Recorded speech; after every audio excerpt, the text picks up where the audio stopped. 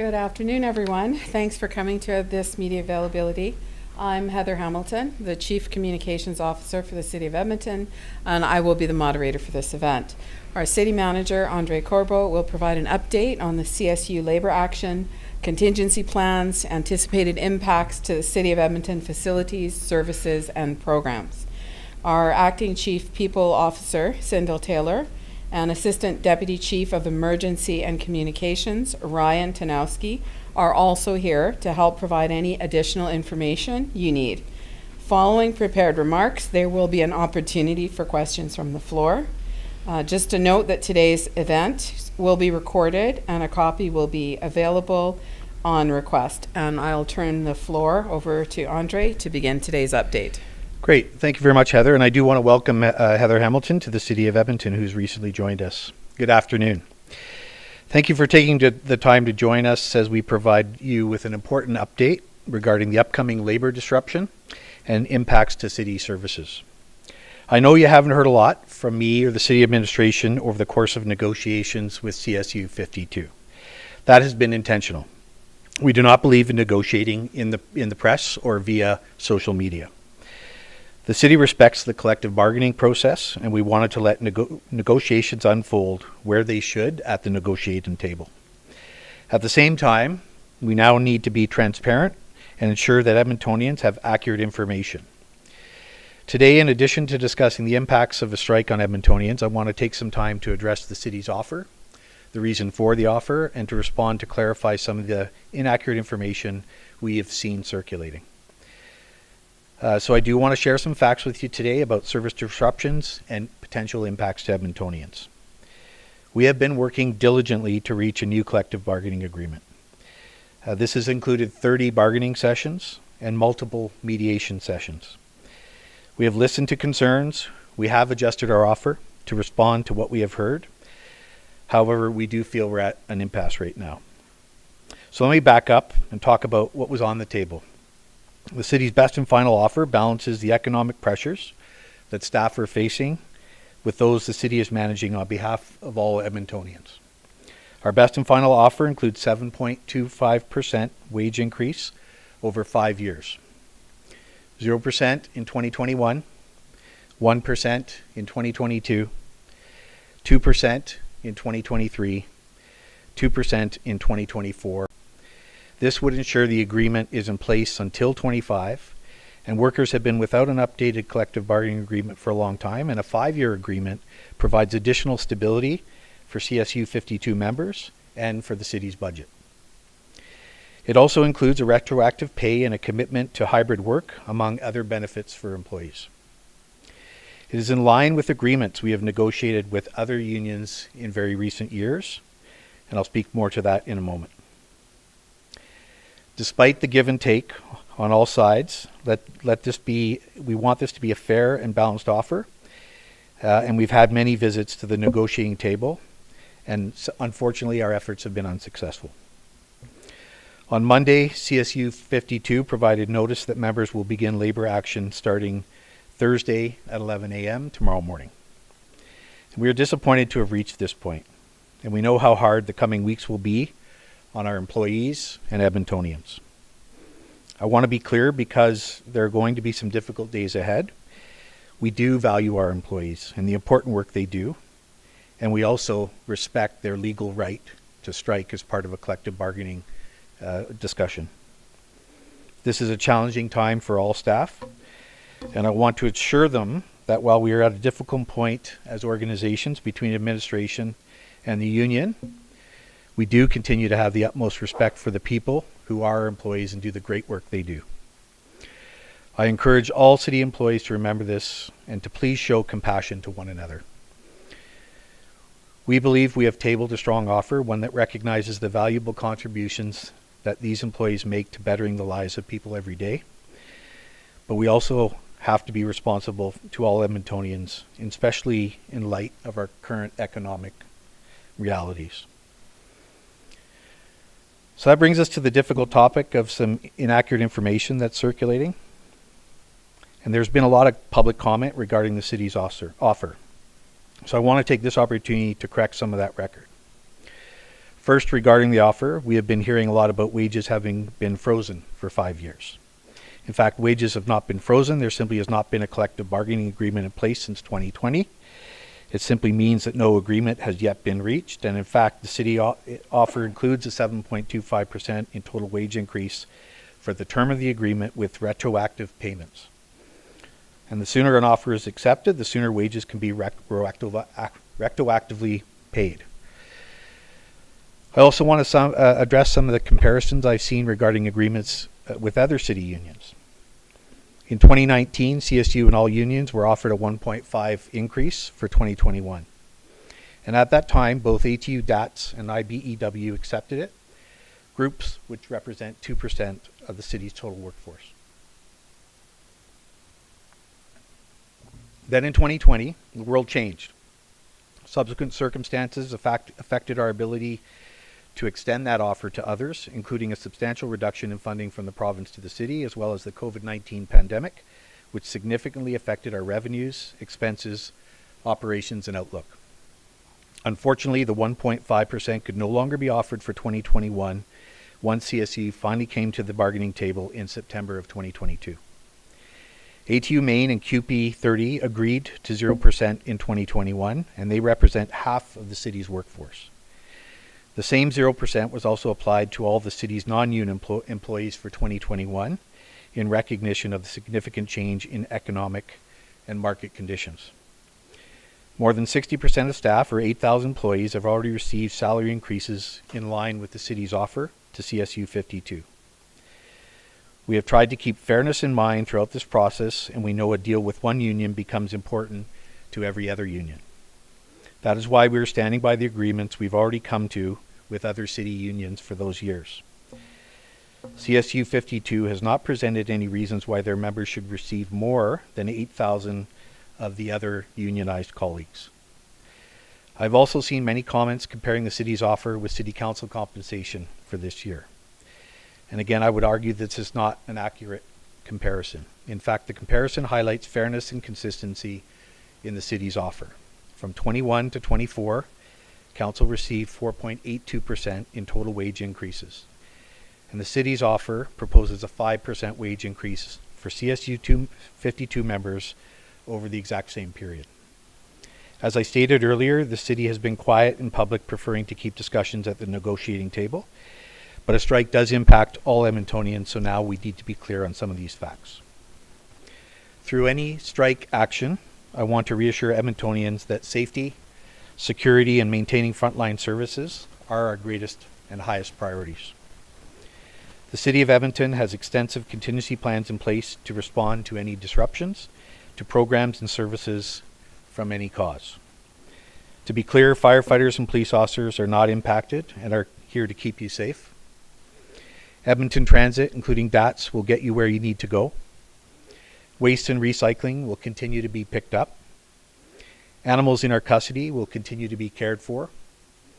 And roads will continue to be cleared of snow to ensure safe driving conditions. All steps are being taken to minimize the impact to Edmontonians, but the reality is our CSU 52 employees do important frontline work, and they do it very well. This means there will be disruptions and delays and closures. During the labor action, all recreation, sport, and leisure centers will remain open for existing rental bookings, including those hockey bookings. This includes arena bookings, room bookings, pool bookings, and gymnasium bookings. All registered Learn to Swim and aquatic and safety certification programs will continue for those already registered. All other services, including front desk customer service, refunds and cancellations, and any spontaneous, leader-led or drop-in programs, including arts programs, fitness rooms, swimming, and skating, will be unavailable. All City of Edmonton attractions, like the zoo and the Mootart, will be closed with the exception of previously booked rentals. As an organization, we are committed to inclusivity and accessibility, and I do acknowledge the disruption of these programs and services will temporarily make the city less available to many of those. I know that this will be frustrating for some, and the place so many go for information 311 will also have an impact on service levels. For clarity, all service disruptions will be listed online at edmonton.ca/service impacts. And we will continue to provide information on our social media channels at City of Edmonton and as the labor action evolves. As I've mentioned, our core services will continue. We do have many non-CSU staff who remain on the job and will continue working very hard. Edmontonians are affected by service disruptions, and they are also affected financially by what happens at the negotiating table. So I want to share some additional information about how we've been considering Edmontonians more broadly in our negotiation process. We've been looking to find a fair balance for taxpayers, recognizing the affordability pressures on all households that are being faced right now. Edmontonians' property tax fund more than half of the city services in operation, and that includes the salaries of all our employees. The union's offer, which includes 12% in pay increases over 5 years, would have a significant impact on Edmontonians' property tax bills. The current estimates put the full impact of CSU 52 demands at an additional 2.5 property tax increase this year and 2% the next, and perhaps more beyond that. This is because the negotiation of one settlement could set the base for all others and would likely have ripple effects through the organization. Now, we've heard Edmontonians' feedback on the tax increase, which is already planned, and we do not feel this additional impact is appropriate given the current financial constraints.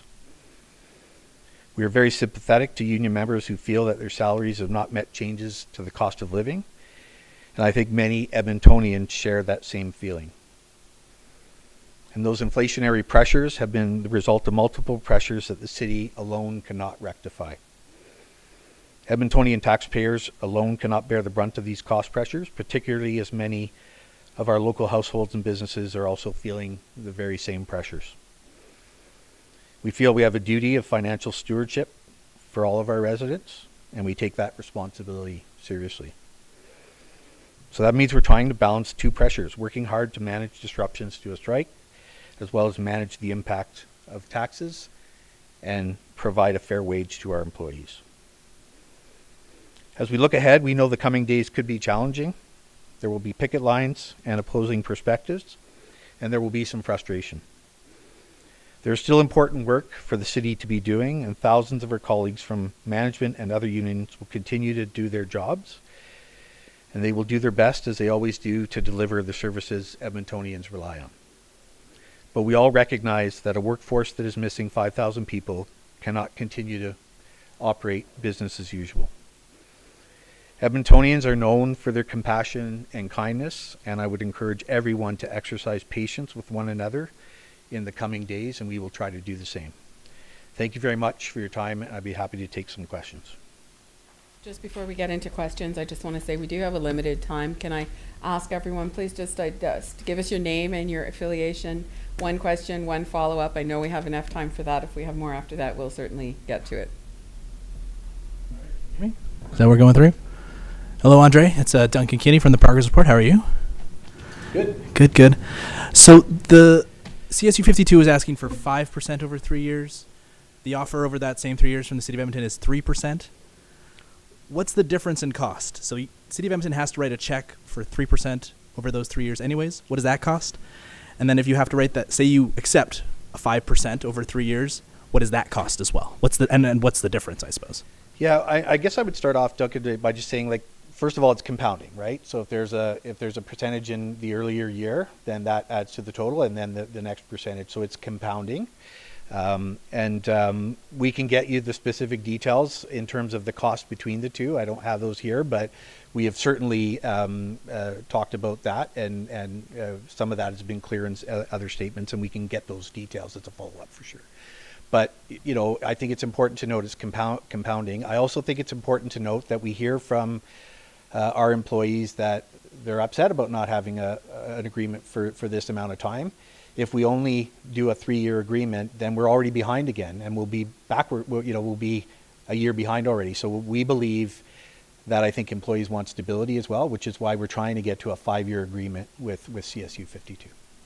Yeah. ultimately it's a difference of 2%, and I think the costs. I mean, I want to know the costs. I know the rest of the public wants to know the costs, but with such a relatively small difference in percentage wise, and the fact that the city of Edmonton has not moved off of that 0, 1, and 2 over the past 3 years, like, do you feel that you have negotiated in good faith, and do you feel that this negotiation process, since city hasn't moved at all, that like that we're here because of that? Yeah, well, I do believe we've negotiated in good faith, and we have tried to do so at the collective bargaining table, as I've mentioned. I do believe we have moved because I know where we started and what our mandate was. But not off the first 3 years. And I know that we have adjusted other things as well. So I do believe we are bargaining in good faith. But as has been made clear, we have essentially bargained to the totality we have of a mandate. And so I don't believe going to a table now when I don't have more to offer would be in good faith. And so we've tried to make that clear. Yeah. Thank you. Talking about recreation, sport, and leisure centers, you're saying that they'll remain open for bookings as of now. How many bookings are already, the facilities are pre-booked? Yeah. How long are they pre-booked until? Is it till the end of the month? It- Is it next month? It really does depend on the type of booking because some are pre-booked for the entire season. I would say, I'd suggest a lot of the hockey practices and games, for example, are pre-booked for an entire season with a well thought out schedule.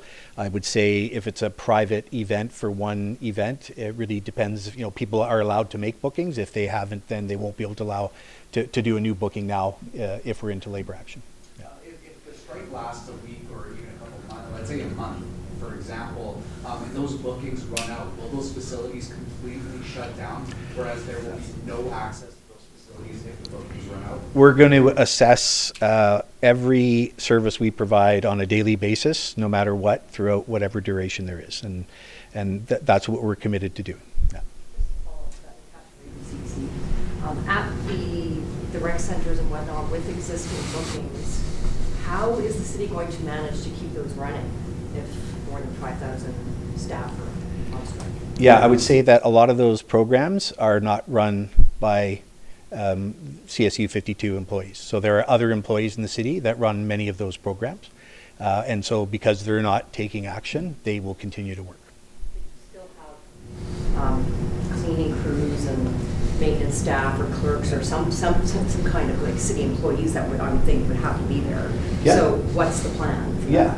And in all our contingency plans, we have people who have been reassigned work that are not in the collective bargaining unit, managers who are doing work. So we will, that's all part of our contingency plans. And that's why we can't provide all the services, but we're very confident on the services that we said we could continue to provide for the duration of the labor action. Yeah, in many ways we've reassigned staff and as we do in normal contingency plans. Lauren with the Edmonton Journal. I know Aaron Paquette yesterday said this is a very serious matter.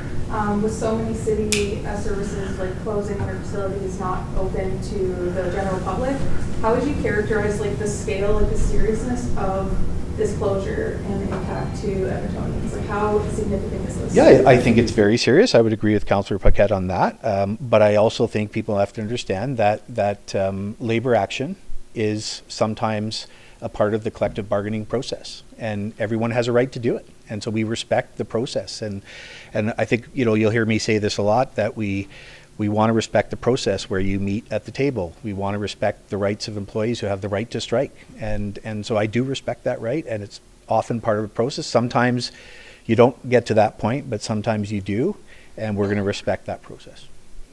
Your city administration and council are doing enough to ensure that local democracy continues. I know council meetings are only going to happen if it's like an urgent item, public hearings though as well.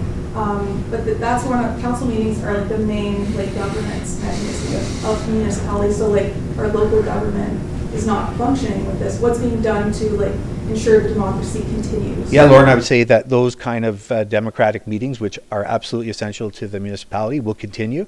We have plans in place for all of those. We have definitely prioritized different items on council's agenda, and so that we can get to the most important matters quickly. But we believe all our committee meetings, all our council meetings that are projected will continue to go on right up into the spring SOBA, and we have the staff to do that based on our current mandate and complement. It says on the city's website, can you just so elaborate, it says only items that are urgent will be dealt with. So anything that's there right now is going to be dealt with, that's on the agenda. So Yeah, I mean, I recall, briefing counselors the other day that we have an agenda and we're gonna try to get to it as everything we can. We have certainly expressed urgent items, and so we want to prioritize that agenda. But yeah, we have been running meetings, very quickly after the security incident we had at City Hall, and continuity of government is absolutely going to carry on from my perspective, and we will do whatever we need to do to make sure that happens. Andre, Edmonton CTV News. Yep. You mentioned, you have a responsibility to Edmontonians' wallets, to our pocketbooks. Isn't there also a responsibility from the city, though, to have these services in place? Yeah, absolutely, and that's part of the difficult position. And here, there's several competing priorities. There's fiscal framework that we have. There's respecting and paying a fair wage for our employees. There's tax levy implications to residents, and a lot of those priorities are competing. What we've tried to do is balance that to the best of our ability with administration and council, and we feel that we've done a diligent job at doing that. Jasmine King, Global News. We're hearing that with the potential strike that burials will be on hold unless they are pre-planned, and facilities and funeral homes will have to store these bodies until the strike, if there is one, is over. What is the contingency plan in place in case these funeral homes are running out of storage and running out of space? Yeah, well, like I said, we'll assess the capacity every day for those things, and we have other partners we can work with. So I won't get into the specifics of that specific contingency plan, but I do know that we've got things in place, and we'll do our best to keep that service going as required. Yeah. Radio-Canada. Oui. Is it okay if I ask my question in French? Oui, bien sûr, pas de problème. Je me demande si ça serait possible d'avoir des clarifications parce que d'un côté, on a les membres du syndicat qui rejettent quand même assez massivement la dernière offre et la meilleure offre de la ville. Oui. Et là, on s'approche d'une grève. Donc, je me demandais du côté de la ville, qu'est-ce que ça prendrait pour retourner à la table des négociations? Ça, c'est une question qu'on demande les employés aussi. Je pense qu'on est prêt à avoir une discussion, mais on est clair que qu'est-ce qu'on a comme mandat, qu'on a l'autorité de faire une négociation avec, et on est à cette limite. S'il y a des différentes idées, s'il y a des différentes proposals avec les employés, on peut discuter ça s'il veut. Oui.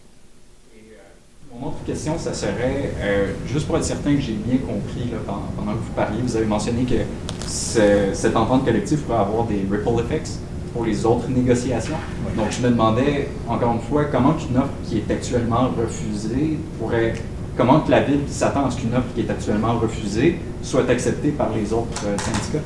Mais dans certains cas, comme j'ai indiqué, il y a des autres syndicats qui ont déjà accepté un numéro pour les années 20 et 21.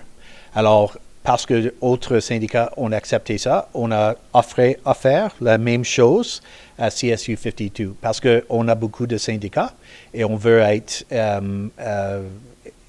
fair, avec toutes. Alors, si cette négociation, on a un certain nombre, on va avoir des impacts avec les autres syndicats. C'est juste qu'est-ce qui se passe quand on a plus qu'un syndicat.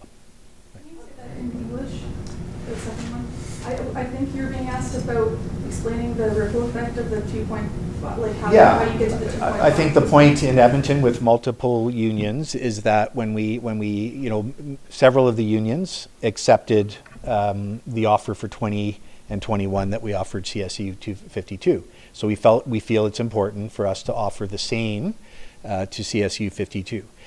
Whatever we settle on with any union is going to have potential impacts on other unions, and that's just part of how it works because of the multiple unions. Is that how you Explain the 2.5, because if you only looked at raises for like the CSU members, I don't think it would add up to 2.5 increase. Is that because of the union members plus ripple effects to non-union? There's ripple effects, but there's also different frameworks, right, in the agreements, which is one of the reasons we're trying to provide stability on a full 5-year agreement, because then we'll have some consistency and stability for those employees over that 5 years.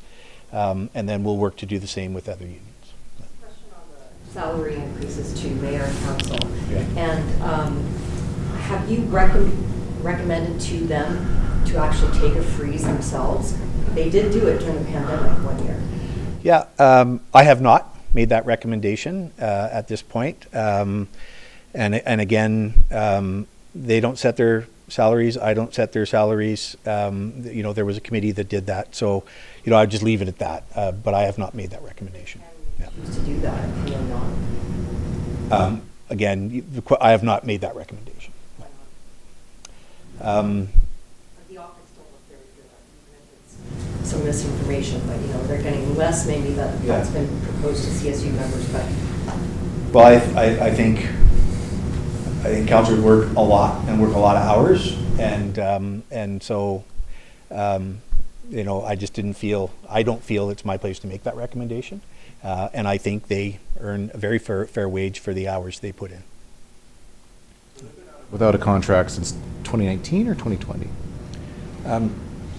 2020, yeah. You're finally getting to negotiations now, and then you'll be right back at it next year, correct? Especially if we do a 3-year, which is why we want a 5-year, because then we would be out to 25. Absolutely, yeah.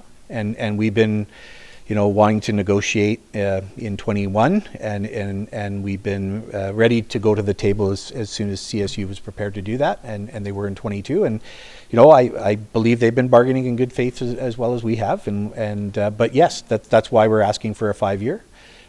Because we want it stable for everybody, including the city and the employees who are getting paid.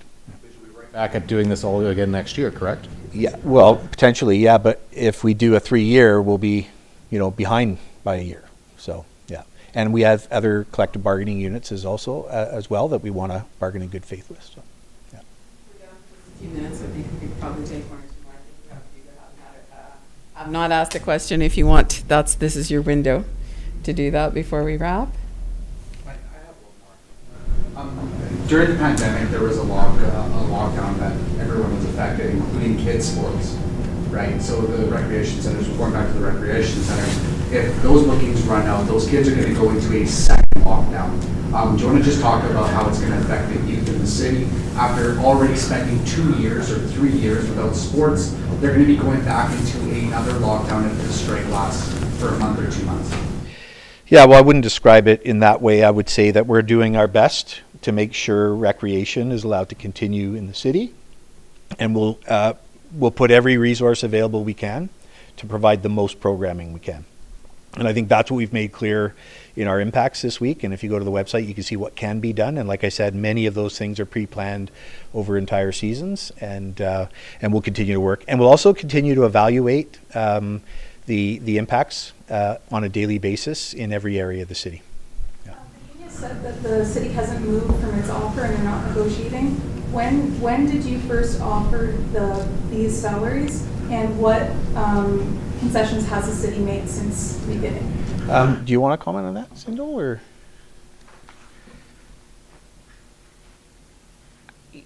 The city manager has spoken to keeping negotiations at the table to the extent possible, and so some of those we are not going to disclose, but there have definitely been movement in other things. So it's not just about monetary; it's also about some of the other things that have been talked about in terms of hybrid work, those types of things. But we're not going to get into specifics of when particular offers were made. First proposals were September of 2022. I'm Sindel Taylor, the Acting Chief People Officer and City Solicitor. Thanks. Just one more about tomorrow, picket lines and whatnot. How do you, what role, I guess, will city staff have in managing anything, or will it just be picket line and they go into work through it, or? Yeah, well, I think the main thing is respect from both sides of this, and we're seeing that. I mean, we're talking about how a strike is done, and there are responsibilities on both sides. And I'm very confident that people are going to respect everybody, because we all want to work. We're going to be working together. And so what we're seeing absolutely from CSU 52 is complete respect in terms of their right to picket and following their rules. We've seen the same from all the other unions, and we are trying to do the same. So I think there's some mutual respect. It can be tense, it can be difficult, but I think there's a professional respect and process on the union side and the city side that we've all pledged to follow, and I think we will follow that. So that's the way it should go, and that allows everybody to exercise their fair rights, and that's what's really important to us. Yeah.